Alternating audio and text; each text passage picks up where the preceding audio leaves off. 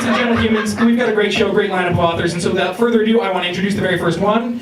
Our first performance tonight is a play written by the amazing Zoe Olivia Young.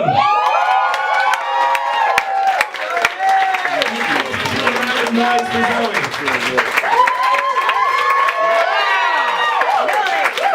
She shaved like a really impressive pattern into her hair. I don't know if you're going to see it. Okay, someone else will. One thing you may not know about Zoe is that she was once part of a triumvirate that selected Dictionary.com's Word of the Day.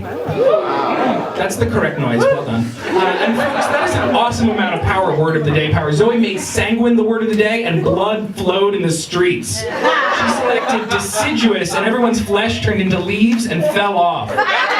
She chose cleave, and everything split in half and then started cuddling back together, which was upsetting for couples and sandwiches, and a more serious problem when you get to uranium nuclei. It was awesome power, but it was too much power, and so Zoe walked away from it all. The word of the day is now chosen by a supercomputer, and that supercomputer always prints out the word beige. And that's always so powerful. But watch what Zoe says, watch your tongue, for you never know when she'll once more don her mantle and turn one of those words into the word of the day.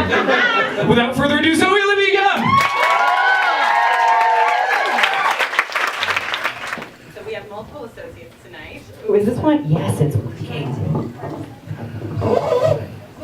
You got Jeff? Here we go. Some other people may also know me as Jeff. So, Just to introduce our associates here, we have Maggie Takuta Hall. Mr. Lewis Evans, who you met. And the incomparable Joe Wadlington. So this play was actually performed before by Vanessa Flores in the audience. But this has been a slightly updated version for the staged reading, and we'll be introducing ourselves now. Welcome to the Pleasure Zone, TM. The setting is the not-too-distant future, an elevator, the foyer of a well-appointed brothel, a room upstairs. Characters. John 1 is male in his late 20s. He's a good-hearted nerd, previously unlucky in love. He's nervous and overdressed in a suit. John 2, male, 40s, casually dressed and confident. He's a Pleasure Zone regular. The madam, female, 40s, though no one will know for sure. Busty and dignified and dressed as such. She's had her finger on the pulse of AI-based pleasure since the premiere of Robot Eye. PLX 2.0, Pamela, she's female, manufactured to present at 25 or 34. The latest model in the sex industry. She wears a seductive teddy and speaks like she's been smoking since she was 3. Sex Robot 1, Dirk, male, manufactured to present as 25. Wearing a translucent banana hammock. Sex Robot 2, Bambi, female, manufactured to present as 25. Not wearing much, but what she's wearing is lace. The Pleasure Zone, TM. Lights up on John 2, waiting in an elevator. A ding sounds. Enter John 1, running. Hold the door! John 2 reaches out. Slow down there, you made it. Thanks. Thanks a lot. First time? How'd you know? Lucky guess. John 1 remembers something, takes out his phone, studies it, then presses a button on the elevator. Oh, the bordello! Great choice. That's where I'm going. The elevator starts to move. Oh, great! I can never choose between that one and the college locker room. The ski lodge looked interesting. It's overrated. Any tips? Just relax and enjoy. The elevator bell dings. And maybe try to tune out the ads. What? Lights up on the brothel foyer. Very white is heard. The madam delicately holds a cup of tea on a saucer, while the robots pose and beckon around her seductively. Madam! Oh, John, how wonderful to see you! The madam kisses him ceremoniously on both cheeks. The pleasure is all mine. You look lovely as always. What a flirt you are. Sergio is already in room 36. Wonderful. Can I get you anything or anyone else? That's all right, madam. I'll see you shortly. Not too shortly, I hope. Oh, and who do we have here? Yes, you darling, don't be shy. Welcome to the Pleasure Zone, TM. How about Intuit in collaboration with Autodesk and Salesforce? We invite you to the forefront of AI. The forefront of AI? Yes, darling, sex robots. That's where all this was headed. You knew that. I have a 2 o'clock? Let's see. Dirk, if you would. The madam hands her teacup to Sex Robot 1, and Sex Robot 2 hands her a tablet. Yes, I have an appointment right here. I just need you to sign a little user agreement. The madam hands the tablet to John 1, who scrolls, reading. The longer he scrolls, the more excited the 3 sex robots become. Just sign that little old square at the bottom. John 1 looks up and locks eyes with PLX 2.0. He then scrolls and signs furiously. There! Wonderful! Now for the fun part. You may choose your companion. At this, all sex robots assume sexy poses and make sexy eyes at John 1.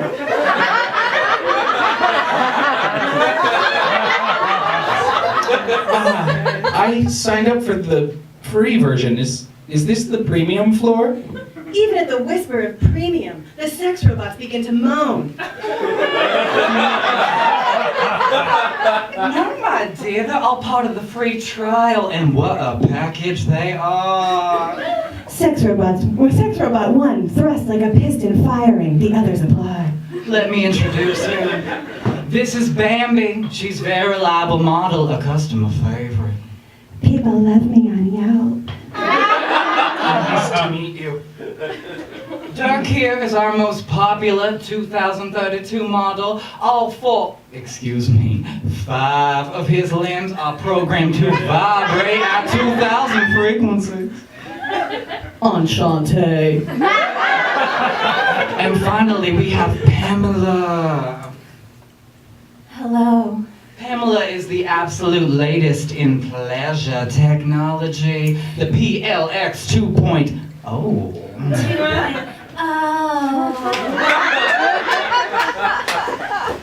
She's designed to adapt to every desire in the last 0.3 of a millisecond. Tick-tock, John. The 3 sex robots begin to spank each other as John 1 deliberates. So, who will it be? Pamela, please. Oh, a wonderful choice. PLX 2.0 walks over to John 1 and drapes herself on him like a mink stole. Ready for a ride, cowboy? Room 42, Pamela. PLX 2.0 takes John 1 by the tie and leads him upstairs. The room is right out of Westworld, except it's almost entirely filled by a giant bed. You look tired, John. I guess I am. Can I help you relax? Sure. PLX 2.0 throws John 1 onto the bed with spectacular force. Jesus!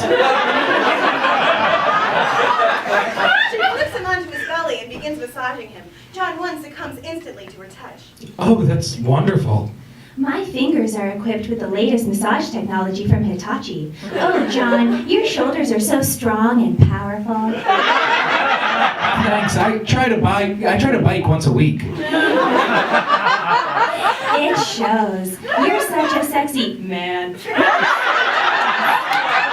I am. Oh, yes. Blow into my left ear to order the latest Hitachi magic massage wand. What? Just put your lips together and blow. It'll arrive in 2 to 4 business days. She leans forward over John 1's 1's shoulder so he can blow into her ear. John 1 is too taken off guard to do anything but blow. Do you want that in sterling white or sleek noir? Sleek noir? Good choice. PLX 2.0 pulls him in and kisses him gently. Your tongue. It tastes like... Crest Arctic Mint toothpaste. I ordered it on Amazon. You know my search history? I know a lot of things. PLX 2.0 rises to her knees and takes off her teddy, revealing lingerie so thin, it's like she's wearing sexy cobwebs. Her nipples are actually spinning. Oh my god. They're happy to see you, John. Actually, my name is Jeremy. Would you like to touch me, Jeremy? John 1 tunes out the voice and goes right for the whirling tits. Your skin is like silk. Thank you. They make out furiously. Oh my god, it's like your tongue has a motor. It does. 34 horsepower brought to you by Sonicare. Just brushed your teeth. How about we get this party started? Poor John 1! PLX 2.0 has ripped off his pants and his threadbare boxers, and she's rimming him like only a robot can. Yes. This rim job is sponsored by TaskRabbit. Let us do the heavy lifting.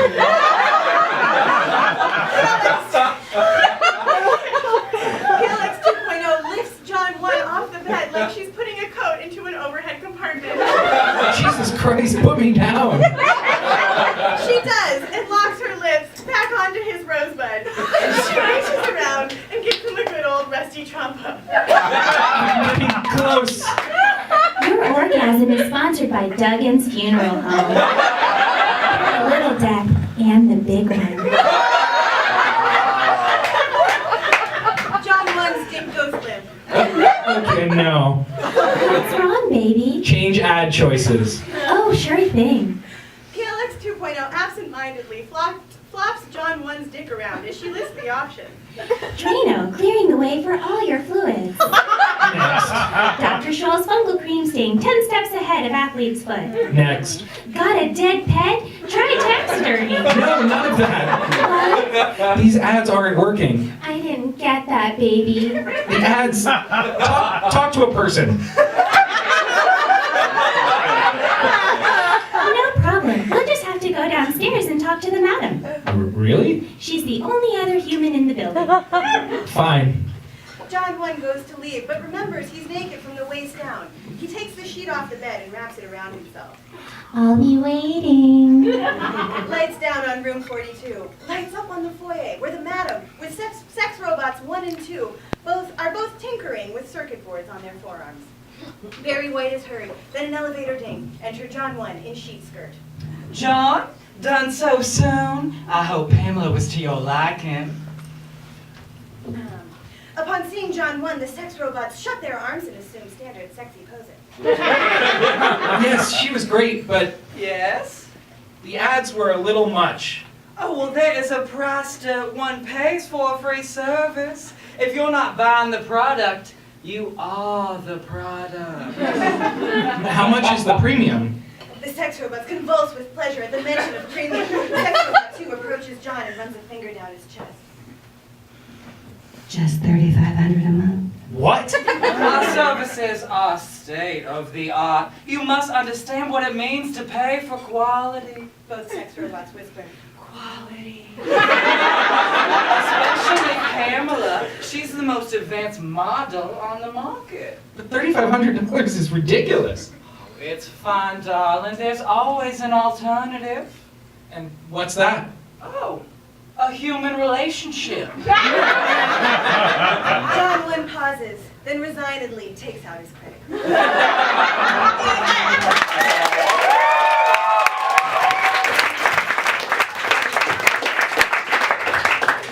Our next reader tonight is Ariel Schussler. Ariel is a philosopher as well as an author, but what many people don't know is that she also played a crucial role in the history of philosophy. There's a famous story where Dr. Samuel Badass Johnson, no relation, was presented with an argument that matter doesn't exist, but only seems to exist. Dr. Johnson thought that theory was some stone-cold bullshit. And so he took his cane and hit it against a rock, saying of this theory, "I refute it thus." This has come to be known, the argument from the rock. This is all real. I went to a very good college, but this is what I did. Folks, I do have some news. That rock was actually Ariel in disguise. And so the entire argument for materialism, that the material world actually exists, has been built upon an elaborate lie concocted by the person whose words you are about to absorb. And so, without any further ado, please give it up for our next reader, whether or not she exists, Ariel Schussler.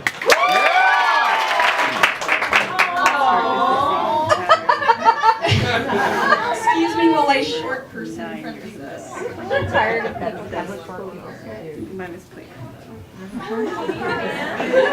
I got it. I spent my whole life like this. And shorter, in fact. Okay. This piece is called Sunrise on Pluto. Sometimes you picture what it must be like on Pluto. You picture the stillness. You picture that special kind of silence that pounds beyond the ears, into the airways, past the base of the throat, a choking kind of silence. You consider how cold it must be. A cold that is not a tidal wave, but a shock, the kind of cold that someone becomes exposed to, rather than experiences. The way a person becomes exposed to a virus or a flesh-eating disease. You picture how minuscule the earth looks from it, not even a speck on the black corkboard of the night sky. How insignificant you are from Pluto. You can't be seen, out of sight, out of mind, you might as well not even exist. No one would know that somewhere, light years away, you exist as you are. Your problems and experiences are erased by miles of stardust and dark matter, faded by the pulsing, burning light of the cosmos, where problems are the death of stars, and physical laws order the universe, and mysteries are about how time and space are interwoven in a way that we may travel backwards or forwards in both. The thought of Pluto comforts you, but it also terrifies you. It terrifies you to think of a place that dark, that cold, that still, that quiet. Can you even see the sun from Pluto? No, you don't suppose you can. Your heart aches for Plutonians. You believe there are no sunrises on Pluto, that it's always dark. One more time, just one more time, take out the batteries, put them back in, wait until the screen turns blue. It always says 4.5, even before pressure activated. Wait it until it changes to cal and then step. What is wrong with this thing? How is that number possible? You don't understand. You ate nothing yesterday. One more time. Maybe the machine is broken. Maybe you need to buy a new machine. What are you doing wrong? You don't understand. Take out the batteries, put them back in. Wait till the screen turns blue. It always says 4.5, even before pressure activated. Wait until it changes to cal and then step. What do? Nothing is working, nothing is working. You take off your clothes and you look in the mirror. Sometimes the numbers don't mean anything. Make sure you can still see each of the ribs. Turn to the sides. Can you count the ribs?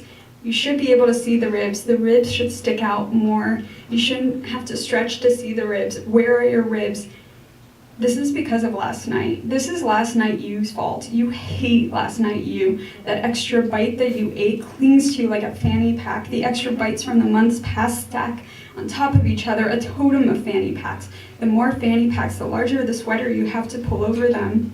Not that anything helps. You always first show weight gain in the face. You asked your partner how the theory of general relativity worked last year. You always wanted to understand it. You wanted to understand everything. You want things to make sense. How does speed affect time? Why should how fast one travels affect the way that time is not only felt, but the way it moves? You couldn't wrap your mind around it. You understood that the way a mind experiences time can change based on how fast one moves, but you couldn't understand how time literally moves differently depending on the speed of an object in motion. How is that the mind and the body can be so easily deceived? You don't need to understand the theory of general relativity. Most people don't, he said after your pestering. Yes, I do. I do in fact need to understand the theory of general relativity. Watch a YouTube video, he suggested. We watch one together. There were cartoons of spaceships and stick figures and mirrors and balls. And he looks at you expectantly. Well, there you go. You search for another video, then another and another, more spaceships and stick figures, a ball for the sun and a ball for the earth and dots for skies, the stars. I don't get it, you said. If you have a person on Earth traveling the speed of the planet circling the sun, and then you have another person traveling on a ship at the speed of light, and the person on the ship may be gone for like 5 years in their experience, but then comes back home to find that 100 years has passed, I don't get why something as arbitrary as speed could have that effect. He shrugged. That's the way it is. But like, how much time has really passed? That depends on your inertial frame of reference. But like objectively. That depends on your inertial frame of reference. Okay, but like, according to a Berkeleyan mind of God that is omnipresent and omniscient at all times and spaces and witnesses everything at all times, how much time has passed? Well, there is no Berkeleyan mind of God, he said, but if there was, it would depend on the inertial frame of reference. But objectively, depends on your inertial frame of reference. You wanted numbers, you wanted facts, you felt stupid for trying to demand something called the theory of relativity to be objective. But that's how your mind works. You didn't want to have to deal with an inertial frame of reference. You wanted things to just be.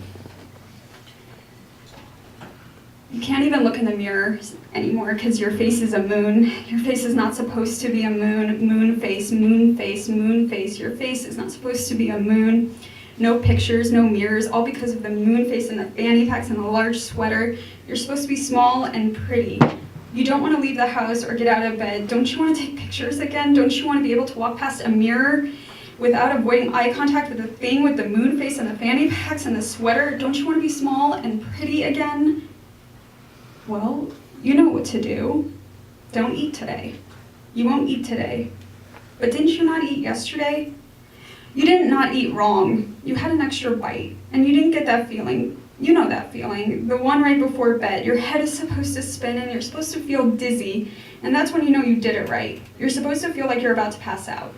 That wasn't the way you felt last night. So what did you do wrong? The extra bite.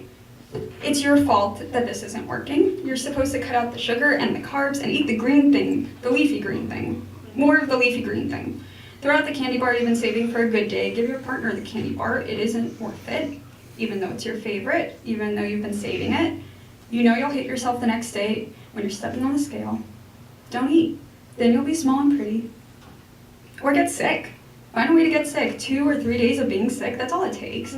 Sleep for 2 to 3 days, eat a slice of toast per day, you'll see the ribs again, you'll get the dizziness, everything will be okay when you're small and pretty, and you can go outside again. You picture Pluto. You're no longer on Earth. Your inertial frame of reference shifts. No calories on Pluto. No fat on Pluto. No body on Pluto. No you on Pluto. Pluto is dark. Pluto is still. Pluto is silent. Pluto is indifferent. On Pluto, there's no you, and you don't have to change anything, and it's okay if you don't understand the theory of general relativity, because if there's no you, there's no need to understand. Not why you can't lose the weight, why time literally moves differently depending on the speed of an object in motion, why your face is a moon, why your scale is broken. There's no you. Nothing has to make sense. You don't have to understand anything. There's no you. Everything is still, everything is peaceful, everything is dark. There's no sun to see. Take the pills. Small and pretty little orange pills. They'll make you sick and they'll keep you by the toilet all night, but it'll be worth it. Get rid of everything until you're hollow. You'll get nice and dizzy and hollow, and then you'll be small and pretty. You've done 2 pills in 24 hours. Maybe keep it up for 2 days? Is that enough? 3 days? 4? That's like you're not eating. Good. No food, just pills. Do that. Then you'll be small and pretty. And go to the gym. Remember to go to the gym. Push yourself hard, but not too hard. You always push too hard. You force your heart rate over 190 for hours on end. Your partner tells you you aren't going to lose any weight that way because you've passed the fat burning zone and gone into cardio, but you'll just end up shaking, collapsing, and fading, and then eating. Then all of the good work you've done will be lost. Don't give up. You can do this. Don't eat, get sick, sleep. Take the pills, work out, get nice and dizzy and hollow. That's all it takes. You were talking to one of your friends about something else when you started to blurt out about Pluto. This was the first time you talked about Pluto out loud. I picture Pluto sometimes like what this moment must be like on Pluto. There's no air or sound or light. You can't even see the sun. Can you believe that? I terrify myself with imagining that kind of darkness. You can see the sun from Pluto, he responded, not even missing a beat. It isn't that dark. He Googled it and clicked on a picture. It was an artistic rendering drawn to projected scale, and sure enough, there it was. No longer a sun, just another star, bright. An arrow on the picture labeled it for you. See? Apparently it would even be brighter than the moon appears to us from here. Doesn't that help with the fear? On Pluto, you can still see the sun. But you were not comforted by the extended arms of a sun that refuses to disappear into the night sky. You realize that it isn't the darkness that scared you. You'll wake up perfect. You can say goodbye to the moon face and the fanny packs and the sweaters and the dark. And you can take pictures again and look in the mirror again. And you can go out in the sun and you'll be happy and perfect. And you can take pictures again and look in the mirror again and be in the sun again and you'll be happy. And you can take pictures again. You can look in the mirror again and be in the sun again. And you'll be happy and perfect. And you'll be small and pretty and small and pretty and small and pretty and small and pretty. You were at the beach last week. At night, the water was dark, and the sky was dark, and the sand was dark. Everything was dark and terrifying, and the only lights you could see were thousands upon thousands of lights years away. You shocked the dark by illuminating your phone screen and using an app to find Pluto. It was beneath your horizon, below the ocean waves, deep into the tangled depths of the ocean floor, past where the schools of fish sleep, past where the crustaceans crawl, past where the plankton sway. You later look up the type of creatures that live in a darkness that deep, and you find photos of giant isopods, viperfish fangtooths. What is more terrifying, the dark or the creatures that live in it? You can't decide. Maybe it's better for them that they can't see themselves. You think of Pluto. Are these Plutonians? You wonder if they can see the sunrise. You decide they can't. Your heart no longer aches for them. Thanks.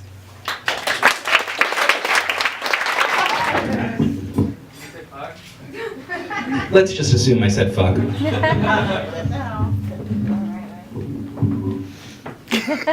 Hi! Folks, it's a real pleasure to introduce our next reader, Maggie Takuta Hall. Maggie Takuta Hall!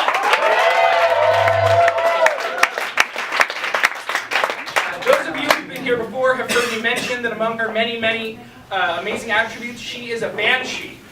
It's come to my attention that there's a lot of confusion on that point. What is a banshee? It's not a curse, like being a werewolf, or a species, like the fearsome mer people, or a rich person's dinner club / startup, like being a vampire. No, being a banshee is a calling. In particular, it's a calling to just go up to the worst people, the people harming the community, doing evil in the world, and to open your mouth and to scream until they're dead. So folks, you better wish you've been good, because she's coming up right now. Without any further ado, I give you Maggie Takuta Hall. Mary shifted from one foot to the other. It was a cold morning, and the wait for her bus had been long. She'd not slept well the night before, pressed snooze too many times on her phone, and had to skip breakfast because of it. She'd shown up on time for her commute bus, though, and only to find that it was late. As she waited, a young guy in a hoodie cut in the line in front of her, eliciting an involuntary snake's hiss of annoyance from Mary. Hearing this, the guy turned, and Mary smiled sheepishly at him. No need to be unpleasant, she thought. Maybe he's just waiting for another bus. But he didn't get on any of the other buses. Finally, when her bus pulled up to the curb, she took her place behind the guy who'd cut her in the queue and boarded with all the other people who, categorically, worked for the same company as her and also lived in the same neighborhood as her, but with whom she had never spoken. It was a new driver. He had a long, thin neck and drove without his shoes on. He said something to Mary as he climbed. It's over. Thanks, guys. Okay, it's back. He had a long, thin neck and drove without his shoes on. He said something to Mary as he climbed up the rubber steps, something other than the usual hello, and so she pulled her earbuds out and asked if he might repeat himself. Smile, he said. She was cold, and she was tired, and she was frustrated by the long wait to get on the bus to her desk to do the work that she'd recently begun dreading. She did not feel like smiling. She was not in a smiling mood. But Mary smiled, because the driver had not so much said she should as he had shouted it, and his demand had startled her. She took her seat on the bus, put her earbuds in, and listened to a podcast instead of the furious voice in her mind that was screaming itself hoarse. The coffee she drank turned to acid in her belly as she sat through a meeting about the verbiage for a new campaign whose goal it was to announce new features of their product without calling attention to the fact that those features had not been available before. We can't use words like now, Ben said. Everyone agreed. We're not trying to boil the ocean here, but let's iterate this again before presenting it. I know, right? Rumor was Ben was up for a promotion, though Miri ignored this. It couldn't be. He'd only been at the company for a couple of months and hadn't done anything yet. She'd been with the company for 3 years already, and her understanding, which came from asking constantly if she might be considered for a promotion or a raise, was that the promotions simply did not exist, no matter their merit. Not in their department anyway, not while Ashley was still the director of synergic brand management. She'd have to be patient. After the meeting, Ben pulled her aside. "You okay?" he asked Mary. "Not your usual bubbly self." A few of her colleagues hovered around the door, pretending not to listen, but clearly listening. Mary's cheeks blazed pink under their collective gaze. "Just tired." Ben gave her a pat on the shoulder. "Just relax," he said, his face broad with a smile that said, "Just smile, Mary." And so Mary smiled back. It didn't feel like a smile so much as it felt like a wince. They were the same age, Ben and Mary, and technically she was slightly senior to him. That voice, that furious voice, shrieked and it hissed and it shouted, and so Mary excused herself to the restroom. She sat on the toilet with her pants on for at least 10 minutes as she gathered her patience. She could not hush the voice so much as smother it beneath all the many layers and comforting blankets her imagination had to offer, and that would have to do. When she looked at her calendar and realized it was only Tuesday, she had to gulp back a sob. The meeting, in which the entire team fine-tooth combed the budget spreadsheet for errors or missing information, was coming to a close. Sorry. When Ashley stood. It was not like Ashley to stand, and so everyone knew an announcement was coming. And though they were all expectant and curious, everyone tried to master their countenance so that Ashley would not be uncomfortable. Only Ben looked comfortable, and his comfort made Mary's skin crawl with suspicion. What did he know that she didn't? Well, as many of you have already started piecing together, Ben here, well, Jim and Greg and I all agree, Ben has been doing some exemplary. Well, he's got some really great ideas, and so we're very excited to announce that Ben will now be our new director of strategic wording. All at once, the conference room.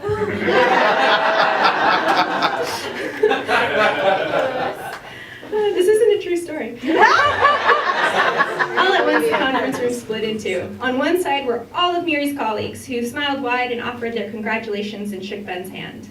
On the other side was Mary, who feared that if she spoke, clouds of smoke evincing the fire of rage in her belly would be emitted, and everyone would know that she was the bitter, difficult career woman they'd been warned about by their fathers. And just as Ben looked at her expectantly, ready to receive his congratulations, Mary felt a sharp pain in the back of her skull, like she had been stabbed, but from the inside. She shot a hand to the spot to see if it were bleeding, but found instead something thick and long, cold and scaled. It slithered beneath her touch. She excused herself once again and once again ran to the bathroom. There in the long mirror over the 6 sinks under the bright white lights, Mary confirmed what she had immediately suspected but not wanted to believe.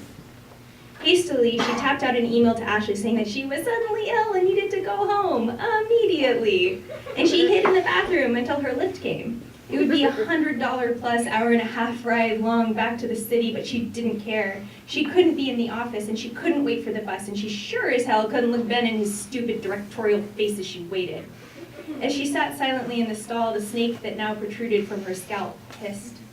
She wrapped her scarf around her head and left her laptop and her purse at her desk, not wanting to risk being seen with her new Gorgos accessory. She was at her front door when she realized her keys were in her purse, at her desk, in Palo Alto, an hour and a half away, where Ben and Ashley waited, ready to remind her to chill out, or be patient, or to smile. In her frustration, she let go and let herself sink to her knees in supplication before the door to her building. If there was a God, one of her neighbors would step out. If there was justice, her landlord would be coming by today to finally fix the light in the hallway that constantly flickered. But these things did not happen. Instead, Miri sat on her stoop. She pulled the scarf from her head and let the snake flick its forked tongue against the afternoon air. She let the voice in her head scream without muffling it, let her anger swell like the tide at the full moon. An older white man with a large, circular, shining bald spot walked past Miri, but upon witnessing her evident unhappiness, turned back to face her. He wore a suit and tie and a smile like the 4th of July, big and booming. "Hey," he said cheerfully, "smile." Miri screamed. She screamed with the pain of 1,000 snakes that punched through her scalp, howled as her canines elongated into great fangs, shrieked as her eyes grew wide and terrible. The snakes that were now her hair hissed with her fury. Her great and horrible eyes turned to the man, and upon seeing him, turned him into stone. Distantly, she heard people shout in alarm and scatter. "Don't look at her," they cried. They didn't care. With her fury loose, finally the pain in her chest was gone, the screaming in her head was silent, the hiss of her snakes soothing like the gentle pass of waves over sand. She pushed the stone statue that had been the man to the ground, and he crumbled into a tiny million rocks, into gravel, into dust. She bent, picked up a pebble, and chucked it at a pigeon. Mary smiled.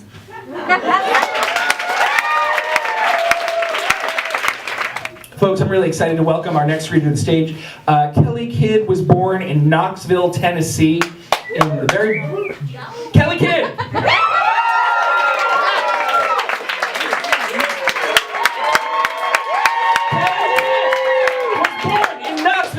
In the very buckle of the Bible Belt, and she fled as fast as she could. And folks, I don't blame her, but do you know what happens when your belt buckle flees? Your pants fall down. Kelly and her family went on an international quest to find and rescue the pants of America across all 9 continents, including both of the secret ones. Eventually, they found those pants, but an entire tiny civilization had scavenged the articles of clothing and was living in them and making tiny little houses and sailboats and outfits. And so Kelly and her family made the generous decision and left the pants there, and it was the right choice, but America's ass is still visible to this day. And so, without any further ado, I give you the queen of the 11 seas, yes, even the 4 secret ones, Kelly Kidd! Ursula curled a tentacle around her red lipstick and applied it in the mirror, with 2 of her arms still draped over her guest. His fingertips traced the rim of one of her suckers, and he tugged on the tip of her tentacle. Her 2 affectionate tentacles reveled in the touch, playfully wrapping around his arm and tugging on his hair. Her face, though, remained passive. She smirked at him in the mirror and blew him a kiss. "Time for you to go, precious. I have other appointments to attend to." He hesitated, cocking his head to the side at the tentacle that had rolled over and started to nuzzle him like a cat. Sometimes it was too evident that her many arms had minds of their own. She tugged a bit too forcefully on the one that had bent itself into a shape not dissimilar to a puppy whining at the door. "Bye-bye now," she purred as she hooked her seashells back on, making sure he saw her breasts squeeze up into them just as he left. "Who's next, boys?" Her 2 eels floated silently in and swirled into the shape of a heart. "Ugh, send them in." Ursula spent more of her time than she would care to acknowledge, utilizing her extensive magical prowess to help merwomen get laid and pop out fish-based babies. They believed she was giving them access to true love. When she tried to warn them that they were giving away more than they were getting, they heard it as the rants of a crazy, fat feminist. Inevitably, though, they came back to complain that her price for this short-lived sense of worth had been too high for the payoff. Though they would never be caught dead with her in public, these women recognized that Ursula held the power they were looking for. She ate what she wanted, fucked who she wanted, and was generally free to do what she wanted. Her only real limitations were those enforced by the shaming looks people gave her when she swirled her voluptuous tentacles through town, seeking the odds and ends that supported her magic. Ursula had learned young that power was a zero-sum game. Growing up as a maidservant, she watched wealthy merwomen glide through the sea as though they hadn't a care in the world. But, woven invisibly into the fabric of palace women's lives, she witnessed the maneuvers they used to bring each other down. The young girls spent their time cross-checking each part of their bodies against that of all the other girls they knew. They dissected one another's appearances, picking each other apart into composite pieces for comparison. The more areas there were to compete in, the higher a girl's chance of finding somewhere she could win. Over time, these discussions grew up, but were never outgrown. Ursula would serve tea to elegant ladies and duchesses and listen to them chitter about one another, detailing their flaws and faux pas at length. She watched the merwomen with the thick, flowing hair exchange eye contact and smirk into their tea, silently mocking the too thin or too curvy women who giggled too loudly. They would coyly hint at their respective romances, measuring and calculating their worth in direct proportion to how many more men wanted them than any other woman at the table.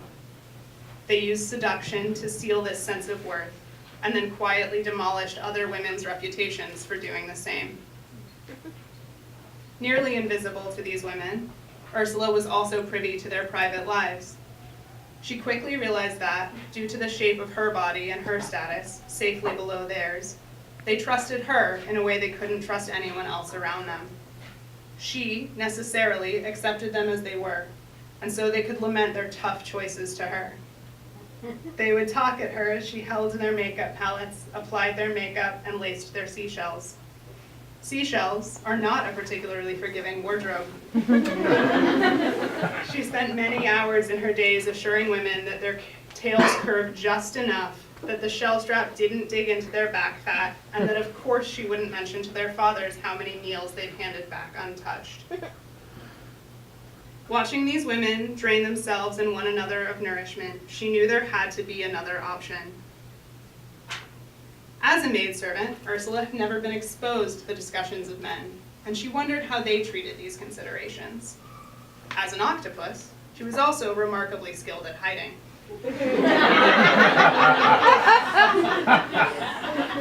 She began to reshape herself into vases, desks, and corals in order to listen in on the men in their classes and councils. She found herself in a whole new world with an entirely different focus.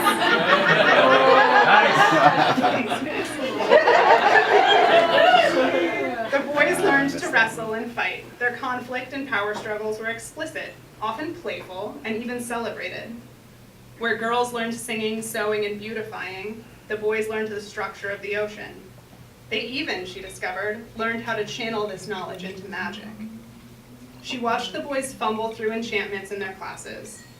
Only a handful ever really grasped any, but those that did quickly rose to positions of power. Real power.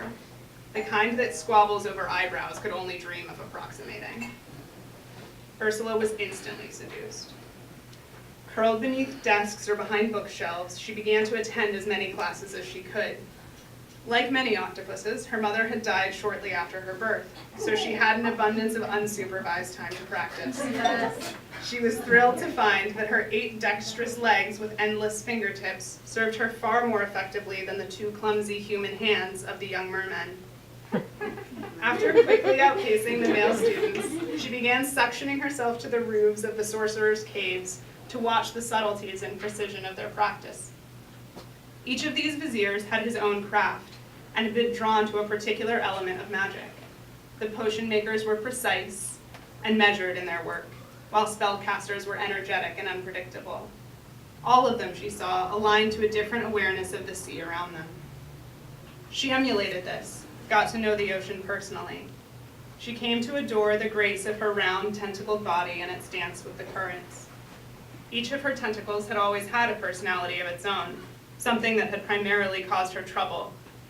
They had always expressed themselves most voraciously with mocking gestures in the presence of authority figures or excessive affection towards the young men she found attractive. Now, though, each tentacle seemed to develop its own area of study and knowledge. She would feel each of them tingling, alive with energy, in the presence of distinct types of magic. As she started to practice what she witnessed, they would surprise her, collaborating in ways she would not comprehend until months later. She came to trust the wisdom of her body beyond that of her mind. The more strength she accessed in herself, the more it tortured Ursula to listen to the women around her. She waited, patiently, honing her magic gradually and lovingly for the ascension of a new king. Coronations were theatrical affairs. The prior king would have been warned years ago that his successor had been found. The king-to-be would be groomed and taught the skills that lent themselves most handily to the throne. A battle would be staged, choreographed, and played out to demonstrate the superior magical power of the new student. As the crown was lifted to be passed from the old king to the new, there was a moment of opportunity for any challengers to step in. Much like speak now or forever hold your peace, this was generally perceived to be a formality, but the laws dictated that it must be honored if a challenger appeared. The laws, however, did not speak to the gender of that challenger or to their species. In spite of herself, Ursula had naively hoped that this loophole would work in her favor. It had not. Though the guards had not overtaken her when she stepped forward to challenge the new king, they had driven her out from the castle and the city. They tracked and hunted her until they reached the caves of the outskirts of the kingdom, where her malleable body allowed her to slither into spaces they could not access. The new king, Triton, had sworn to destroy her if she ever returned to the castle.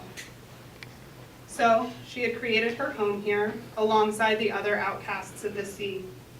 She was well guarded, but she had built ways in and out for herself and her visitors. As the legend of her magic grew, so did the fear of her. But, among those who felt out of place in the structures of the palace and kingdom, she became a haven.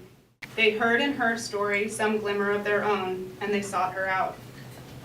To some, like the young man who had just left her bed, she was a safe companion. More often, though, she was sought after by those who believed she could offer them access to the status they saw others fighting for. I can give you what you ask, she would tell them, but it will bring you sorrow. It will rob you of your mind. But they rarely heeded her warning, and it pained her to see their too familiar longing for freedom. So she took away the bits of their souls they offered up to her and fed them to the sea as her price for their beauty. As she sat waiting for her next guest to enter, she stared at herself desperately in the mirror, trying yet again to fathom some way things could be different. Out of the corner of her eye, she saw a billow of red. She turned around and froze to see, standing before her, Triton's daughter, the most beautiful creature the sea had yet to encounter. She had heard whispers and rumors carried by her bottom-feeding friends. She had seen glimpses in the reflections that the sea sometimes showed her.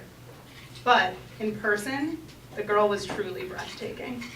What more could someone like this possibly want? "How can I help you, my dear?" Ursula asked. And the girl recounted a story that Ursula had heard thousands of times since her days growing up in the palace. If she could only have the man, the one just out of reach, maybe she would feel like enough. The cost to transform someone so completely is no trifle, Ursula warned. To become something else for this human, you will lose who you are. You will give away your voice. You may never be able to see your family again. The girl was defiant, stubborn. She knew this was the way to escape the web she was bound by in the castle. And Ursula wondered, if Triton saw his own daughter caught in the same trap that Ursula had known and witnessed her whole life, if it became real to him the way it had for her, perhaps, just maybe, something might be different.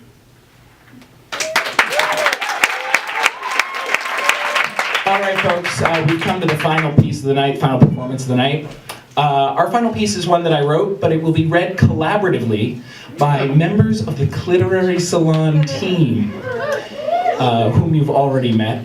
And so rather than an individual bio, I would like to introduce your fearless Cliterary squad. Poetry, fiction, comedy, memoir. Long ago, the four performances lived together in harmony. But everything changed when the comic nation attacked. Only the Cliterati master of all four things could stop them, and here we are! You can tell the audience who watched Avatar: The Last Airbender as a child. It's on Netflix. You can go to Netflix. I've been graciously and politely informed by my producers that some of us watched Avatar as an adult.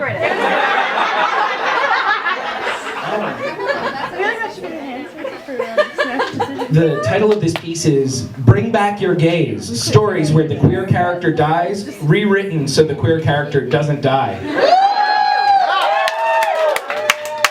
I can tell from the applause that folks already know the bury your gaze trope where queer characters in fiction are especially likely to be killed off. Tonight we're striking back at that injustice with rewritten takes on 6 famous queer character deaths, each beginning with an actual quote from the work in question. Thank you.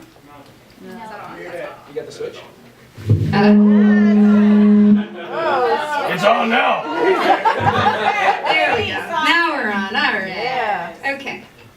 So, Thelma and Louise, or the one where they kiss and immediately drive straight off a cliff. Okay, listen, said Thelma. Let's not get caught. What are you talking about? Asked Louise plaintively. Let's keep going. What do you mean? Go, Thelma nodded forward, confirming her intentions. You sure? Yeah, hit it.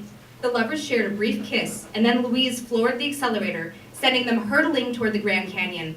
It was the right thing, driving away from that mom-and-pop vegetable stand. Neither of them could resist a steep discount on locally grown summer squash. But the trunk of the convertible was overflowing with sustainably sourced produce already. They needed to hurry to make it to their honeymoon picnic, which they would hold near the Grand Canyon, but at a sensible distance from the town. A sympathetic cop watched them go and waved affectionately. They were over the speed limit, but he firmly believed nothing should stand in the way of young love. Right, this is Harry Potter, or the one where we only learned Dumbledore was gay years later. Snape gazed for a moment at Dumbledore, and there was revulsion and hatred etched in the harsh lines of his face. Severus, please. Snape raised his wand and pointed it directly at Dumbledore. Avada Expelliarmus! A jet of red light blasted out of the clouds and hit Snape directly in the chest, sending the potions master flying off the top of the tower and hurtling towards the ground until he landed safely on a magical whoopee cushion or died or something. Harry's eyes shot up toward the source of the spell. A new wizard dove into view. He had a neat gray beard and wore a windbreaker with a red maple leaf on a white background. He was riding a flying hockey stick. Awful. He shouted and began to fling curses at the new wizard, but moving with the grace of a young Wayne Gretzky, he outflew only Harry and Dumbledore remained standing. Then he landed next to Dumbledore and took the great wizard's hand in his own. What's all this, Albie, eh? I was going to nobly sacrifice myself for the greater good of... Now, none of that. You get so mopey when you have too much time for yourself. Harry rushed forward. Professor, what's happening? Harry, permit me to introduce Ontarius Maplewhite, the Canadian Governor General of Magic and my boyfriend. Your what? My boyfriend. My bae? Snugaboo? Harry was speechless. Surely I've mentioned my boyfriend, said Dumbledore. My boyfriend who lives in Canada? No, Professor. You're certain you haven't. Oh, said Dumbledore. Oh dear, well one grows distractible with age, dear boy. Maplewhite swatted him on the shoulder. Silly, forgetful Albie, he said. He's told me all about you, Harry. Too much, honestly. Spare some for the other students' house. I'm sorry. Professor, said Harry, you're gay? Oh, yeah, said Dumbledore. I'm surprised you didn't pick up on it. I dated Grindelwald before he became a Nazi. I had no idea. That's weird, because I am for real gay as a character and not merely as a subsequent addition by the author. I'm in a happy and mutually fulfilled relationship with my Canadian boyfriend, because gay elders deserve love too, not just Girl Scouts like you and Draco. What? Professor, you're not together? No. Oh dear, I have made some very poor plans for your joint birthday present next year. And gave him a not at all chaste kiss. He said, maybe. I seem to have not made you a public enough part of my life. Want to go beat up Voldemort with magic together and then fly off to Canada and get married? I'd like that very much, said Ontarius Maplewood, Dumbledore's loving long-term partner who had been dating him since well before the first book began and who simply happened by coincidence to never have been mentioned before. Two of them did just that.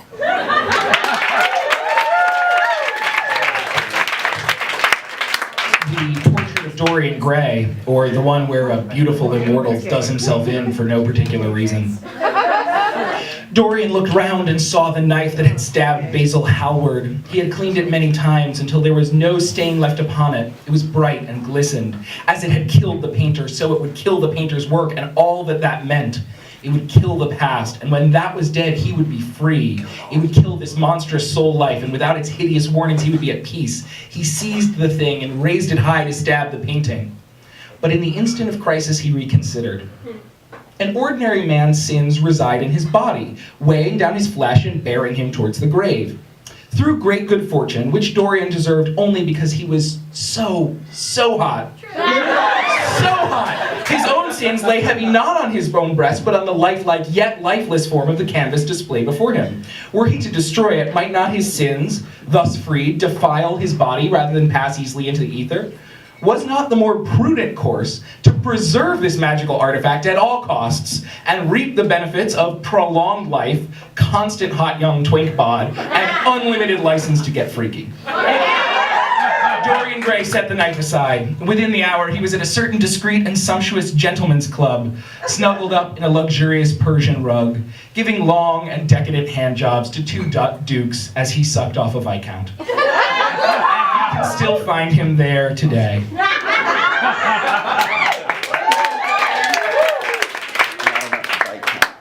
Rent, or the one where everyone has AIDS, but only the gender non-conforming character dies, for some reason. Interior church, day. Colin stands beside Angel's coffin. The cast looks at him, but he only has eyes for his departed lover. Live in my house, I'll be your shelter. Just pay me back with 1,000 kisses. Be my lover, and I'll cover you.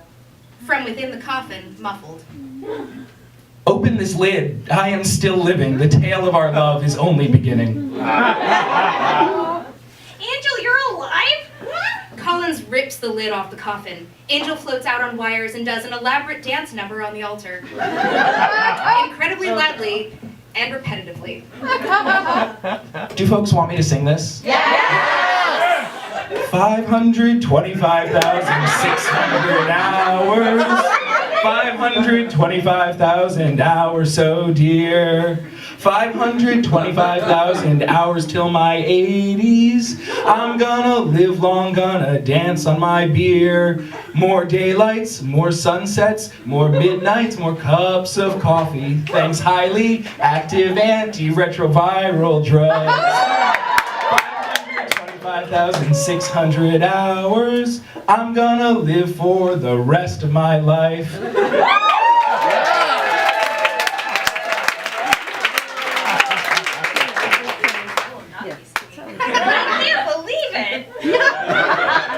Babe, I have my shit together. I have a house. I am the only character in this hot mess musical who does. Of course I am diligent about my medication.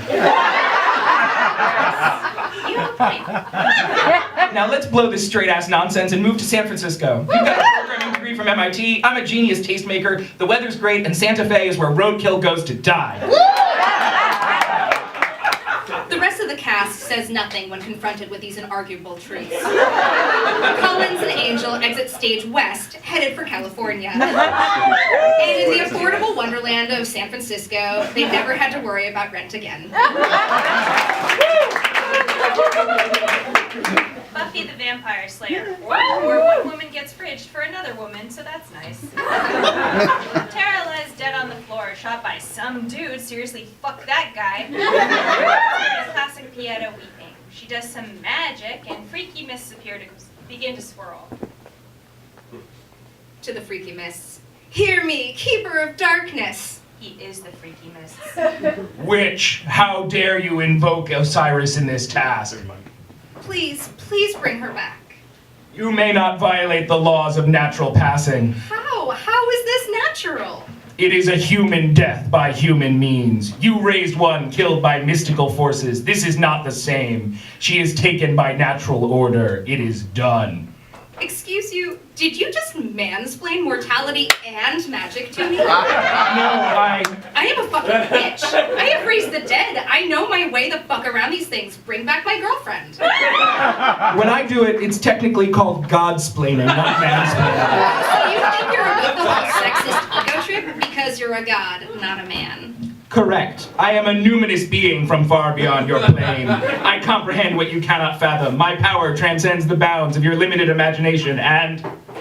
Willow is ignoring Osiris. She does some more magic real fast. A freaky mist phallus takes form in her hands. If you're a god and not a man, then whose fucking dick is this? Yeah, I fucking thought. Give that back. Willow shrugs and slowly begins to crush the phallus. Give that back, please. What's in it for me? Fine. Osiris does some magic. He would tell you that it transcends the limits of the imagination, but it looks exactly like a mid-90s limited-budget TV special effect. Tara comes back to life. She and Willow smooch for a long camera shot, completely ignoring Osiris. Give me back my phallus. Willow begins to crush Osiris's dick in her hands. An expression of enormous pain that transcends imagination spreads across his face. Are you doing it? Makes the matter of it, wads up the dick and pitches it at his face like a softball. Osiris is dick slapped by his own god cock right out of our dimension and vanishes.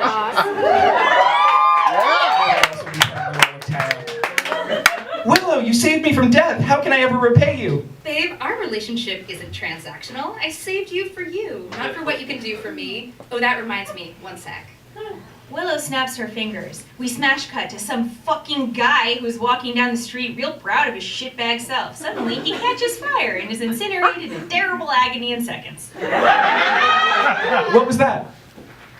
Don't worry about it. And don't tell Buffy. I just want to leave this place and never deal with all this bullshit again. Agreed. You know, I hear Santa Fe is quite lovely and has a... Say no more, babe.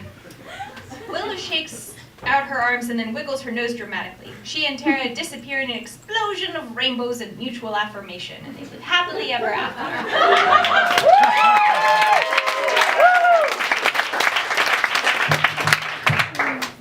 Orange is the new black. Or, Christ, man, fuck, don't make me do this. Fine, okay, how about... Poussey and Soso are lying together in bed. They kiss gently for about 20 minutes. The camera portrays them affectionately and frankly without a hint of the male gaze. You can tell, just watching the shot, that the camera is a 40-year-old Birkenstock-loving lesbian who lives in Burlington, Vermont in a sexually exclusive throuple with her 2 partners and their 4 large golden retrievers. Not the camera operator, the camera itself. You know, I sure am glad that comprehensive prison abolition has removed every trace of that abusive system which once oppressed literally millions of Americans. Oh man, me too, but what makes you say so? Nothing in particular, since I have never been to prison. While I have occasionally transgressed I've had some wine. While I have occasionally transgressed social norms in my life, the justice system has not intervened in my use of recreational substances or my private affairs, and so I have no criminal record. I, too, have never been to prison. While I've had confrontational experiences and disruptive protests, they've invariably resulted in the dissolution of oppressive systems and practices, rather than my incarceration.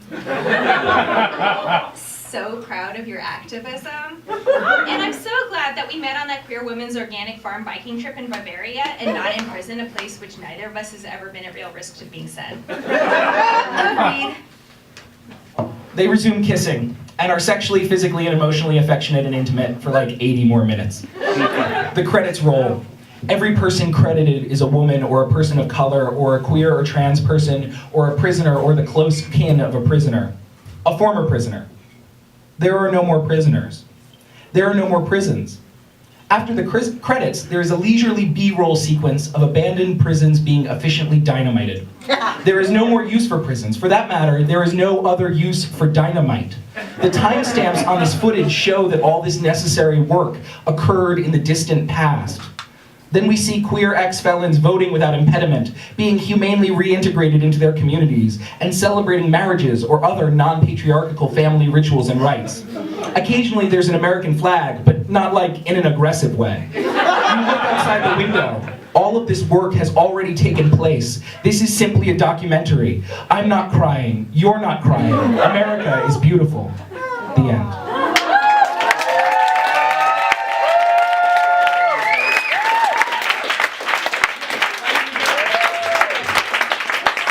The stage is a prison. We'll have that. Thanks, everybody. You can